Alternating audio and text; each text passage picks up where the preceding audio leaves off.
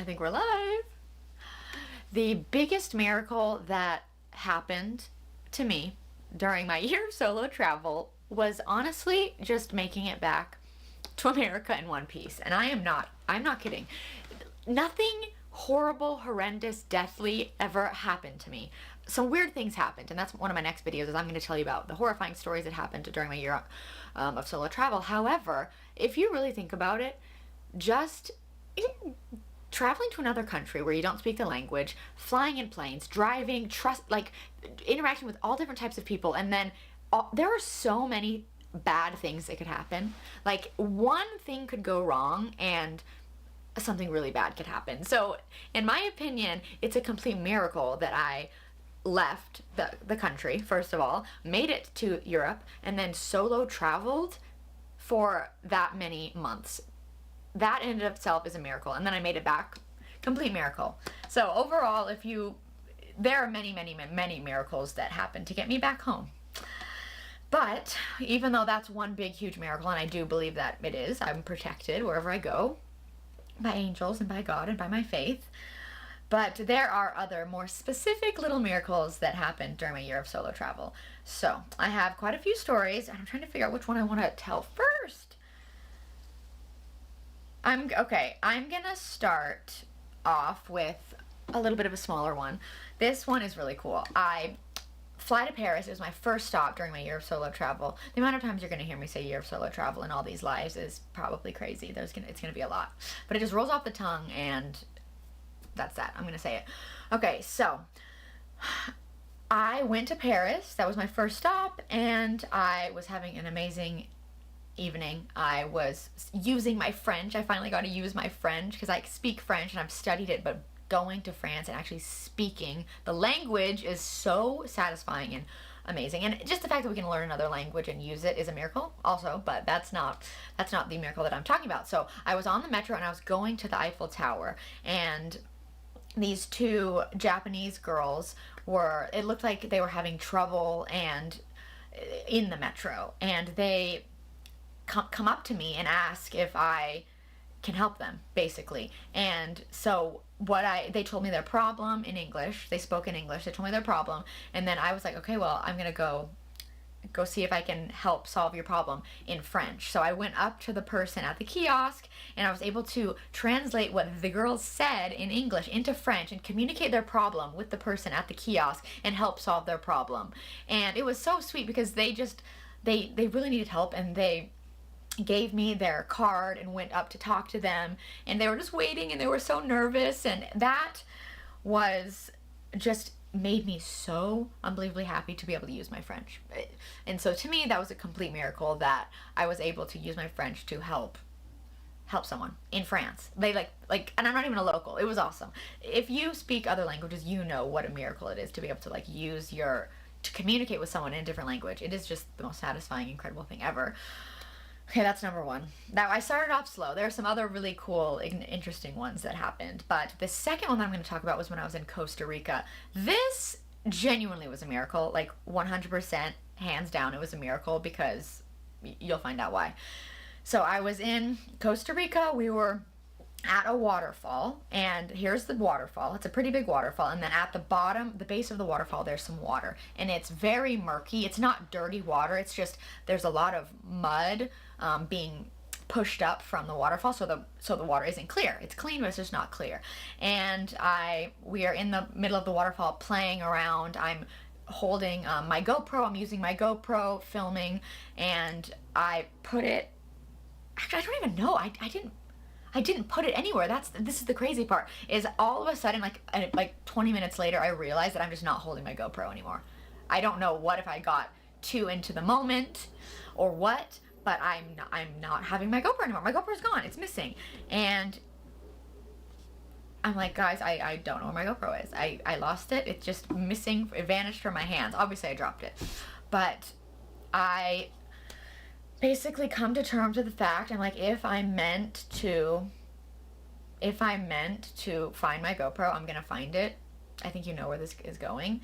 I'm about to get out of the water. I'm like, I'm just gonna take one more swoop around with my feet to try to see if I can feel it. And all of the pebbles all of the rocks at the bottom of this little water area are like about this big. So they're the exact size of my GoPro. And you can't, I'm just feeling around, feeling around. I said, I'm going to take one more look. And then all of a sudden, what it feels like is out of nowhere, I feel something on my foot that doesn't feel like a rock. And I pick it up with my feet. And I swear, it's as I'm pulling it out of the water, it still feels like a rock. But the moment that I take my hand out of the water, I swear it magically turned into my GoPro. And I found my GoPro.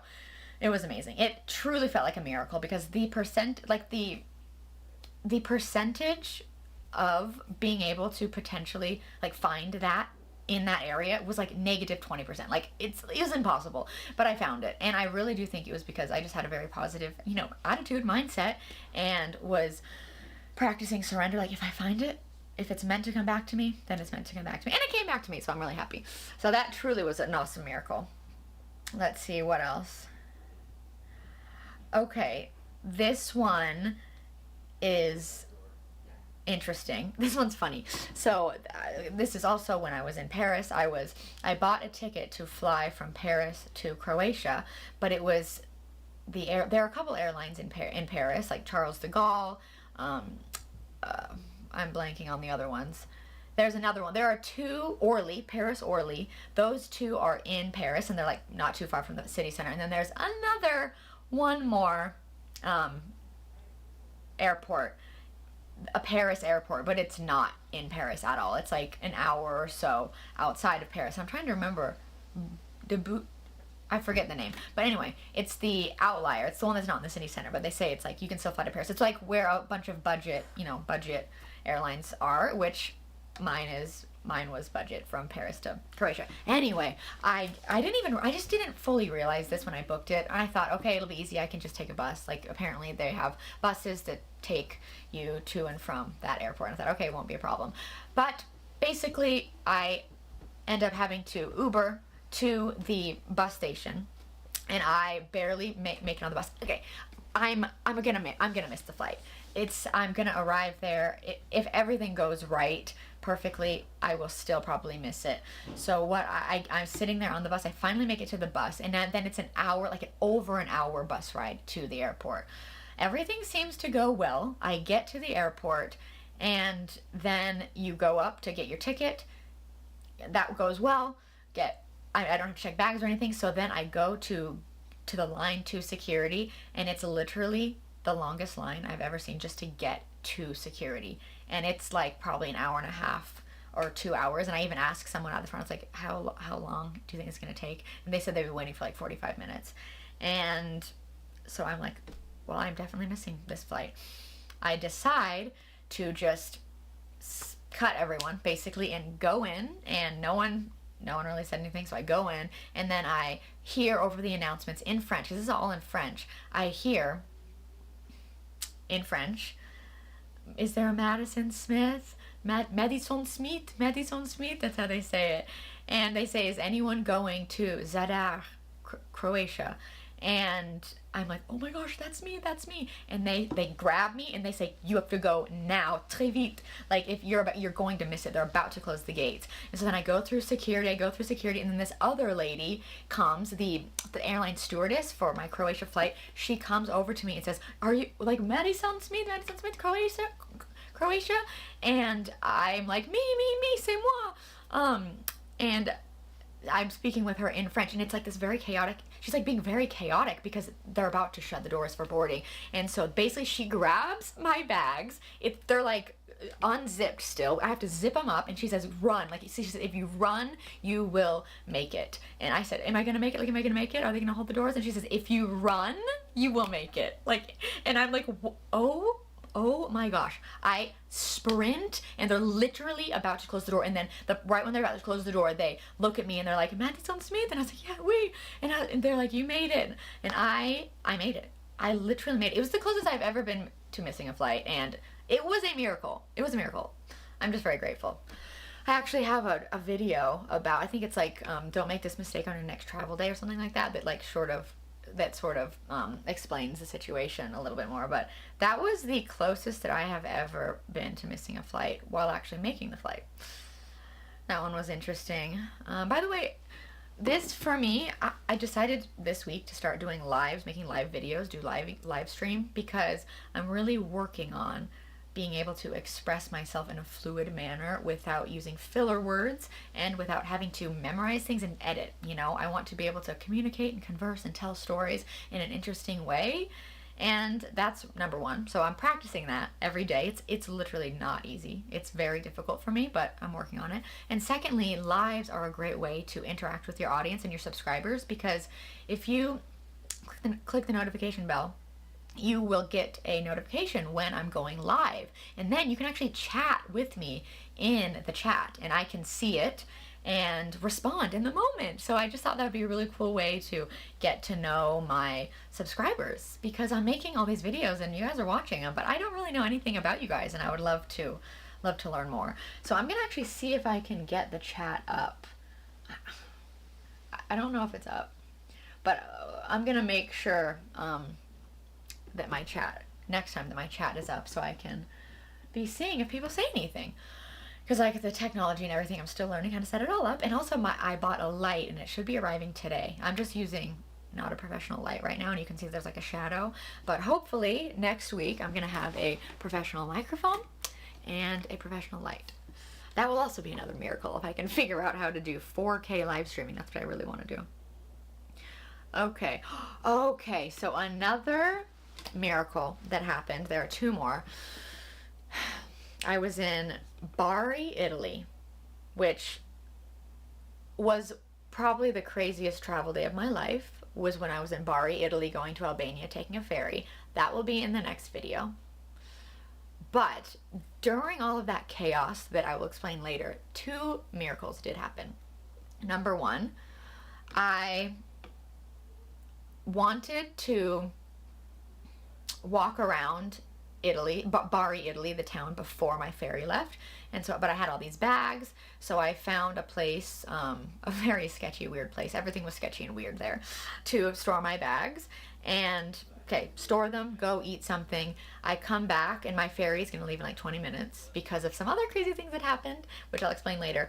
And the place where I stored my bags, there was a person there earlier. It's locked and shut, and the door is locked, and no one's there. And I see my bags, like I peek through the window and I see my bags, but no one's there, and the door is locked. And it's like this weird area where there's just no people, and there's not even like businesses or offices, and it was literally just this very small closet looking thing with a person sitting at a desk. And I gave them my bags, and I thought they would be there. I thought they were gonna be there when I came back, but they weren't. And so and this area was very not touristy. It was not touristy at all. And so no one spoke English. And I speak, I speak the tiniest bit of Italian. Parlo un poco d'italiano, like a tiny bit.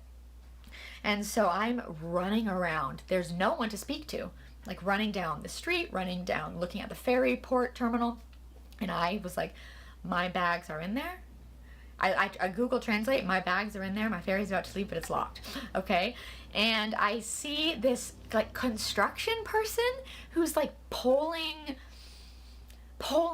something. He's like in a construction vest, and he's moving something from one place to another, and he's the only person I see, so I frantically go over to him and speak some terrible Italian, and I was just like, can you help me? I'm like, can you help me? And he actually kind of tries to understand what I'm saying. He's like, I'll be right back. And he like goes and finds someone. I don't even know where he goes, but he finds someone who then finds someone else who then calls someone and says they're gonna be back shortly and you can get your bag.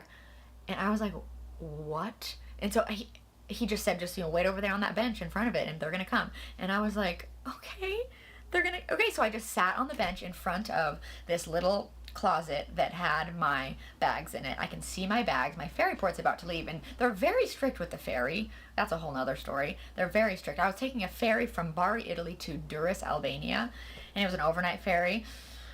Oh my gosh. The craziest day ever. And so I was just sitting there waiting waiting, praying that this guy would come. He did. Luckily he did, minutes before I had to be at my ferry destination, at the ferry port. And I grabbed my bags, put everything on, and just start running. And I'm like, grazie mille, and it was a miracle, another miracle. It was actually so Italian now that I think about it. He was probably just out for lunch or having a coffee. But if they don't feel like working, then they don't, and that's fine. But luckily he did come back. But isn't that just crazy? Like, everyone must have known each other in that area, and so he was just able to call him on the phone, find someone to call him on the phone, and luckily he came back.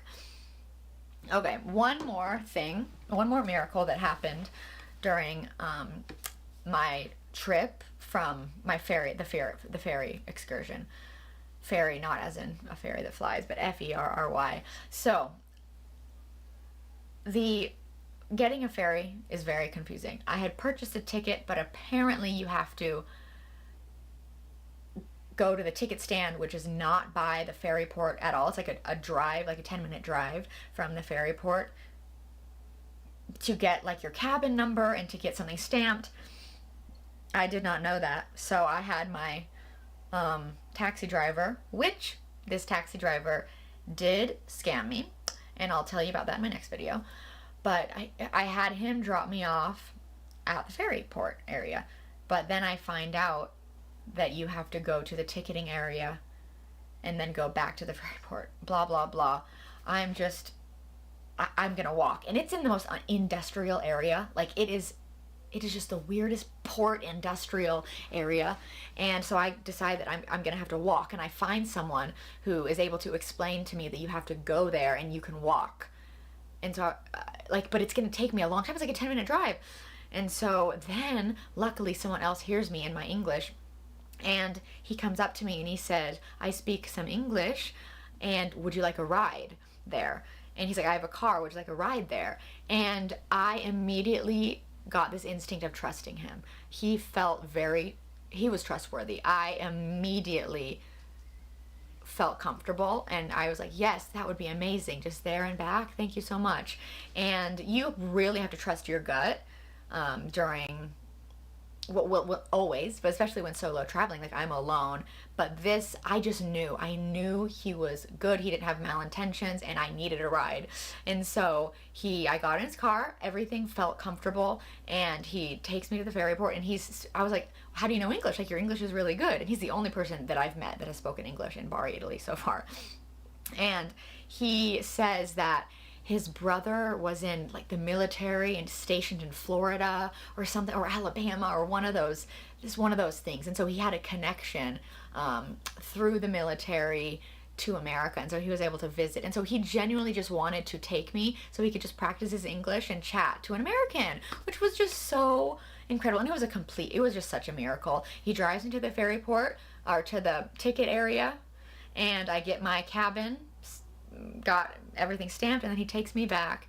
And it was just so kind, and it was a miracle. I really needed to meet someone that was going to help me at that time, and I was so grateful. I was so grateful. Actually, now that I think about it, I think he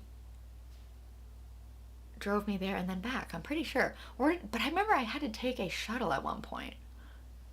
I don't know, I'll try to remember why I had to take that shuttle, because that was a scary experience. Oh yeah, that whole experience was crazy. Okay, anyway, I think those are all of the miracles I'm going to be talking about in this video, because it's like already been super long. I just am chatting and chatting and chatting. But I have way more energy than I did at the beginning of this live. I did not want to do it at all, but I tried to make a promise to myself that I was going to be doing multiple lives per week. And so here we go. I did it. Oh, thank you so much for watching. Leave a comment if you made it this far. This is what happens when I don't get to edit. I do chat this much in all my videos, but usually I get to edit it all out. So anyway, thank you so much for watching, and I'll see you in the next one.